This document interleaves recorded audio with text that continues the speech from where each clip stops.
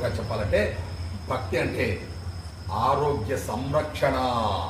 ఎందుకంటే శరీరమాజ్యం కలు ధర్మ సాధనం అని పెద్దలు చెప్పగా మనం విన్నాం కదా.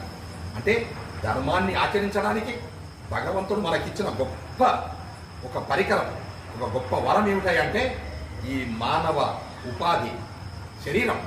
కనుక ఈ శరీరాన్ని మనం ఒక మంచి ఆరోగ్యమైన స్థితిలో, బలమైన స్థితిలో, ఒక దృఢమైన స్థితిలో మనము ఉంచుకోగలిగితేనే నిజమైన భక్తులుగా మారుతాం.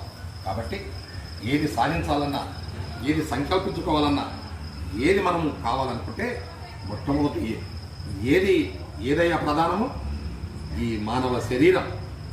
కనుక ఈ శరీరాన్ని అన్నిటికంటే ముఖ్యమైన భక్తి ఏమిటయ్యా అని నన్నడిగితే నేనేం చెప్తున్నానంటే, నీ శరీరాన్ని నువ్వు చక్కగా ఆరోగ్యంగా ఆహార నియమాలతో